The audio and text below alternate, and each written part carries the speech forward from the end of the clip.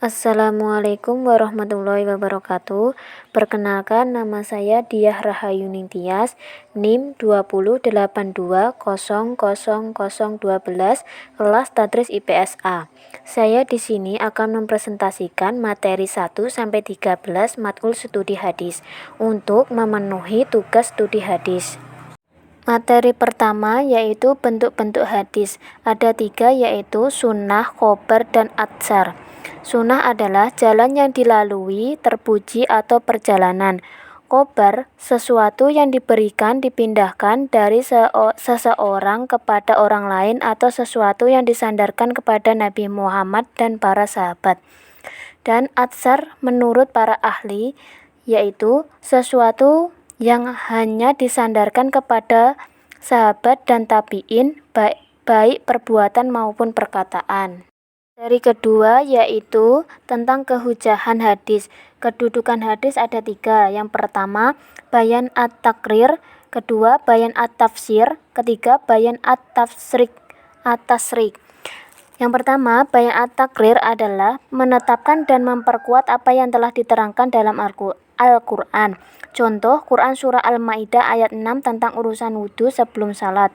Yang kedua, bayan at-tafsir adalah penjelasan sunnah Nabi Muhammad SAW terhadap ayat-ayat yang memerlukan perincian atau penjelasan lebih lanjut seperti pada ayat-ayat yang mujmal, mutlak, dan am.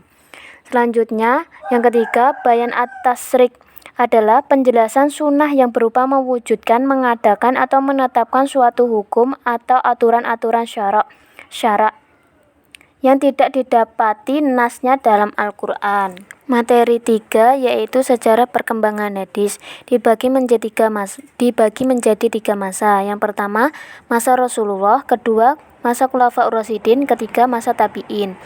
Masa Rasulullah, wahyu diturunkan Allah kepada Nabi Muhammad dijelaskan melalui perkataan, perbuatan, dan takrirnya. Cara Rasulullah menyampaikan hadis kepada sahabatnya melalui majelis al-ilm, melalui sahabatnya, melalui ceramahnya. Yang kedua, masa Khulafaur Rasyidin. Yang pertama, masa Abu Bakar. Yang kedua, masa Utsman bin Affan. Yang ketiga, masa Ali bin Abi Thalib. Yang ketiga, masa tabi'in. Perkembangan terkumpulnya informasi mengenai hadis. Pertama, pusat-pusat pembinaan hadis. Kedua, pergolakan politik dan pemalsuan hadis. Ketiga, perkembangan pembukuan hadis dibagi menjadi 3, yaitu A. Musnad, B. Al-Jami', C. Sunan. Dari yang keempat yaitu masa kodifikasi hadis, dibagi menjadi 2, yaitu masa kodifikasi bersifat pribadi dan masa kodifikasi bersifat resmi. Masa kodifikasi bersifat pribadi dan belum menjadi kebijakan pemerintah secara resmi sudah dimulai pada zaman Rasulullah. Sedangkan masa kodifikasi yang bersifat resmi menjadi kebijakan pemerintah secara resmi baru dimulai pada masa Umar bin Abdul Aziz. Sedangkan latar belakang kodifikasi hadis yaitu yang pertama, hilangnya hadis dan meninggalnya para ulama. Yang kedua, bercampurnya antara hadis yang sahih dan yang palsu. Yang ketiga, semakin meluasnya daerah kekuasaan Islam sementara kemampuan para tabi'in antara yang satu dengan yang lainnya tidak sama. Materi kelima yaitu mustahlih al-hadis, dibagi menjadi 7 ilmu. Yaitu yang pertama, ilmu rijal hadis, ilmu yang membahas tentang para perawi hadis baik dari kalangan sahabat, tabi'in, dan generasi-generasi sesudahnya. Yang kedua, ilmu al-jar wa al-ta'dil, cacat menunjukkan sifat tercela para perawi atau mencacatkan kedabitannya atau keadilannya. Yang ketiga, ilmu fa'an al-mubamat, ilmu yang membahas tentang nama-nama perawi yang belum disebut dalam matan dan sanad. Yang keempat, ilmu ilat al-hadis, ilmu yang membahas tentang sebab-sebab tersembunyinya yang dapat mencacat dari kesohihan hadis. Ilmu yang kelima yaitu ilmu gharib al-hadis, membahas tentang makna dari suatu kalimat dalam hadis yang susah untuk dipahami. Ilmu yang keenam, ilmu nasyi' wa al-mansyu', membahas tentang hadis-hadis yang saling bertentangan dan tidak bisa diajak kompromi. Ilmu yang ketujuh, ilmu asbab al-wurud, ilmu yang membahas tentang sebab-sebab Nabi menuturkan sabdanya. Materi keenam yaitu pembagian hadis dari segi kualitas. Dibagi menjadi 3, yaitu yang pertama hadis sahih, hadis yang disandarkan kepada Nabi Muhammad SAW yang sanadnya bersambung dan diriwayatkan oleh perawi yang adil, dobit sampai akhir sanad, tidak ada kejanggalan baik dari segi matan, sanad serta perawinya. Hadis sahih dibagi menjadi 2, yaitu hadis sahih li dzatih dan hadis sahih lil ghairi. Yang kedua yaitu hadis hasan. Hadis hasan yaitu hadis yang diambil dari orang yang kurang kuat ingatannya serta mustahil sanadnya dan tidak memiliki ilat atau zat. Hadis hasan dibagi menjadi 2, yaitu hadis hasan li dzatih dan hadis hasan lil ghairi. Yang ketiga hadis dhaif. Macam-macam hadis dhaif. Yang pertama, hadis dhaif dari sudut sandaran matannya ada 2, yaitu hadis mauquf dan hadis maqtu'. Yang kedua, dhaif dari sudut matannya. Yang ketiga, dhaif dari salah satu sudutnya ada 3, yaitu hadis maqlub, hadis mudrof, dan hadis musahaf. Yang keempat, hadis dhaif dari sudut matan dan sanadnya ada 2, yaitu hadis maudhu dan hadis munkar. Yang kelima, hadis dari segi persambungan sanadnya ada 3, yaitu hadis mursal, hadis munqati, dan hadis mu'dal. Materi ketujuh yaitu pembagian hadis dari segi kuantitas. Dibagi menjadi 2, yaitu hadis mutawatir dan hadis ahad. Hadis mutawatir adalah hadis yang diriwayatkan oleh sejumlah perawi yang semua tabaqat atau generasi yang menurut akal dan adat kebiasaan tidak mungkin mereka bersepakat untuk berdusta. Hadis mutawatir dibagi menjadi 2, yaitu hadis mutawatir lafzi dan mutawatir maknawi. Yang kedua, hadis ahad. Hadis ahad adalah hadis yang jumlah rawinya tidak sampai pada jumlah mutawatir, tidak pula sampai pada derajat mutawatir. Hadis ahad dibagi menjadi 3, yaitu 1 hadis mansur atau al-suhroh. Yang kedua, hadis aziz. Yang ketiga, hadis gharib. Materi ke-8 yaitu hadis dhaif dan macam-macamnya. Hadis dhaif yaitu hadis yang tidak bersambung sanadnya atau dalam sanadnya itu ada orang-orang yang bercacat. Hadis dhaif dibagi menjadi 2, yaitu dhaif karena keterputusan sanadnya. Yang pertama, hadis mauquf, hadis yang disandarkan kepada sahabat. Yang kedua, hadis mautu', hadis yang disandarkan kepada tabi'in. Yang ketiga, hadis mu'alaq, hadis yang seorang rawinya lebih gugur dari awal sanad. Yang keempat, hadis mu'dal, hadis yang putus sanadnya 2 orang atau lebih secara berurutan. Yang kelima, hadis mursal, hadis dari tabi'in kepada Rasulullah, perkataan, perbuatan, dan takrirnya. Yang hadis ke-6 yaitu hadis mudolas, hadis yang diriwayatkan menurut cara yang diperkirakan bahwa hadis tersebut tidak ternoda. Kemudian hadis yang kedua yaitu hadis dhaif karena ketercelaan sanadnya. Yang pertama, hadis matru'. Yang kedua, hadis munkar dan ma'ruf. Yang ketiga, hadis mu'alal. Yang keempat, hadis mudraj. Yang kelima, hadis ma'lub. Yang keenam, hadis muttarib. Yang ketujuh, hadis muharraf. Yang kedelapan, hadis musahaf. Selanjutnya hadis yang ke-9 yaitu hadis mubham. Yang ke-10 hadis sad dan matfud. Yang ke-11 hadis muttalid.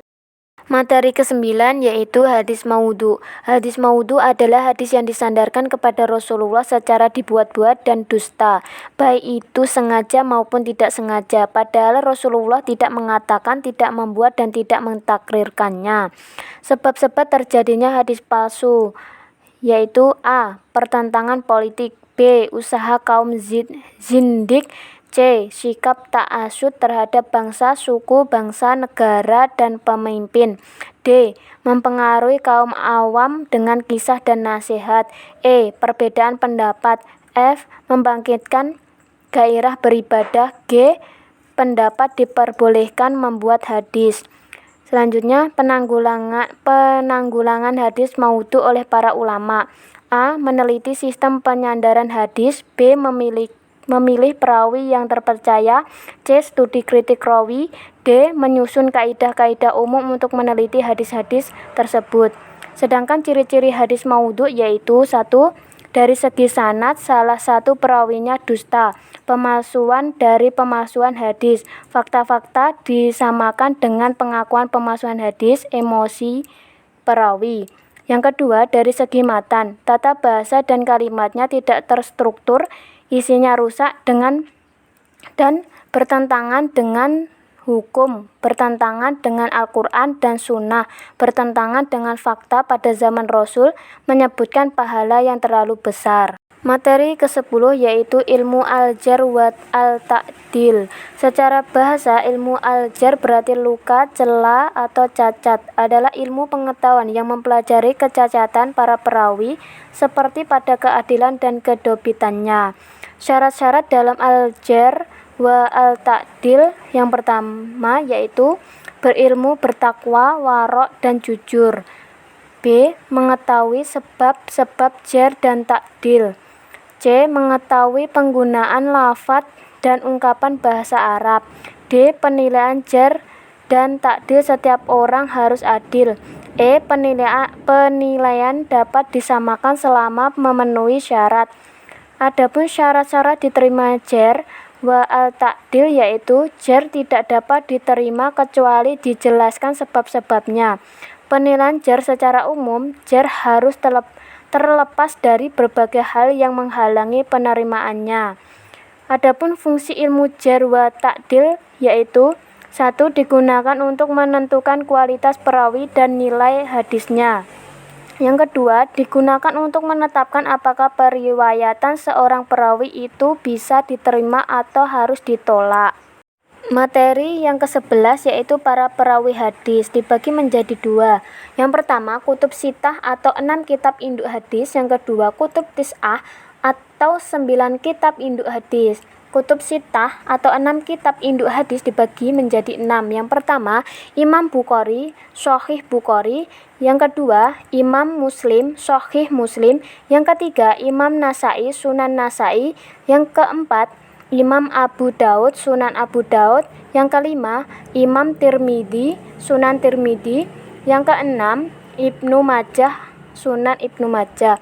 Yang kedua, kutub tis'ah atau 9 kitab induk hadis dibagi 9, yaitu yang pertama, Imam Bukhari, Shahih Bukhari. Yang kedua, Imam Muslim, Shahih Muslim. Yang ketiga, Imam Nasai, Sunan Nasai. Yang keempat, Imam Abu Daud, Sunan Abu Daud. Yang kelima, Imam Tirmidzi, Sunan Tirmidzi. Yang keenam, Ibnu Majah, Sunan Ibnu Majah. Yang ketujuh, Imam Ahad, Sunan Ahad. Yang kedelapan, Imam Malik, Mutawatta Imam Malik. Yang kesembilan, Imam Daromi atau Sunan Daromi. Materi yang ke-12 yaitu permasalahan inkar sunnah. Menurut Profesor Muhammad Mustafa Ashami, sejarah perkembangan faham inkar sunnah terjadi dalam 2 periode, yaitu periode klasik pada masa Imam Asy-Syafi'i abad 2 Hijriah atau 7 Masehi. Yang kedua, periode modern pada abad 13 Hijriah atau 19 Masehi. Ada 3 jenis kelompok inkar sunnah, yaitu yang pertama, kelompok yang mengingkari sunnah Rasul secara keseluruhan. Yang kedua, kelompok yang mengingkari sunnah yang tidak disebutkan dalam Al-Quran tersurat maupun tersirat. Yang ketiga, kelompok yang hanya menerima hadis mutawatir dan menolak hadis ahad walaupun sahih. Selanjutnya, ingkar sunnah pada periode modern yaitu yang pertama, ingkar sunnah di India dan Pakistan Yang pertama, inkar sunnah di India dan Pakistan pada abad 19. Yang kedua, inkar sunnah di Mesir. Yang ketiga, inkar sunnah di Indonesia. Materi yang ke-13 yaitu Takhrij al-hadis. Takhrij menurut istilah adalah menunjukkan tempat hadis pada sumber aslinya yang mengeluarkan hadis tersebut dengan sanadnya dan menjelaskan derajatnya ketika diperlukan. Adapun tujuan dan manfaat takhrij al-hadis yaitu yang pertama, mengetahui eksistensi suatu hadis, apakah benar hadis yang diteliti terdapat dalam buku hadis atau tidak. Sedangkan manfaatnya yaitu mengetahui referensi buku hadis. Selanjutnya tujuannya mengetahui sumber otentik hadis dari buku hadis apa saja. Sedangkan manfaatnya mengetahui status hadis. Selanjutnya mengetahui beberapa tempat hadis dengan sanadnya yang berada di dalam sebuah hadis. Fungsinya mengetahui bagaimana para imam hadis menilai kualitas hadis dan bagaimana kritikan yang disampaikan. Selanjutnya mengetahui suatu kualitas hadis makbul atau mardud. Manfaatnya mengetahui keadaan sanad yang bersambung atau yang terputus. Cukup sekian presentasi yang dapat saya sampaikan, semoga bermanfaat.